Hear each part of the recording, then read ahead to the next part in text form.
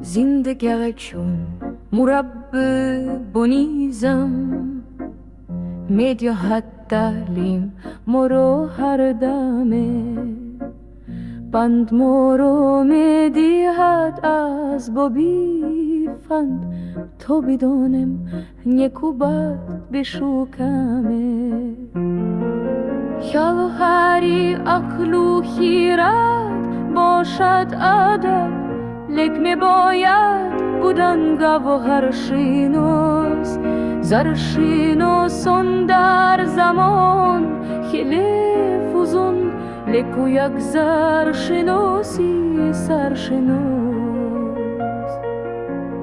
عقلی سالم خش را می پرورد عقلی ناسالم شکستی دیگران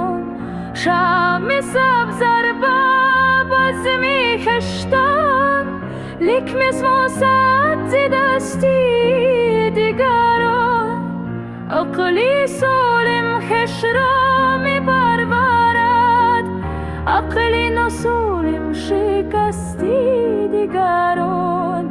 شم سبز ارباب از می خشتن لیک مسموسد زی دستی دیگران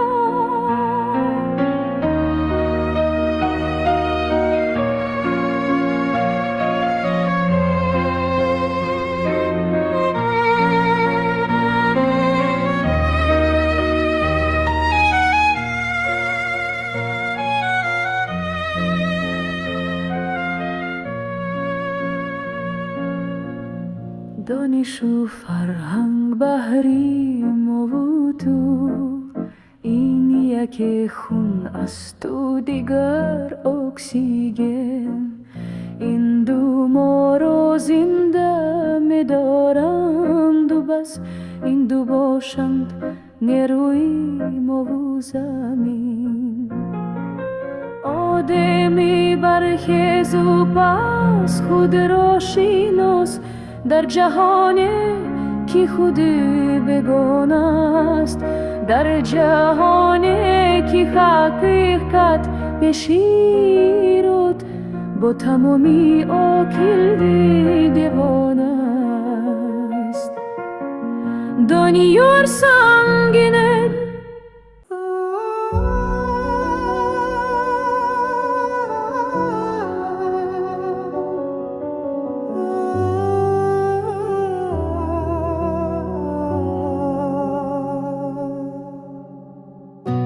زندگی همچون مربع بنیزم میدهد تعلیم مرا هر دمه پند مرا میدهد از بابی فند تو بدانم نیکو بد بشکمه جوهری عقل و خیرت باشد ادب لیک می باید بودن گوهر شناس زر شناسان در زمان خیلی فزون لیک و یک زر شناسی سرشناس عقلی سالم خش را می پرورد عقلی ناسالم شکستی دیگران شم سبزد با باز می خشتن لیک مسموسد زی دستی دیگران دانش و فرهنگ بحریم و تو این یک خون است و دیگر اکسیژن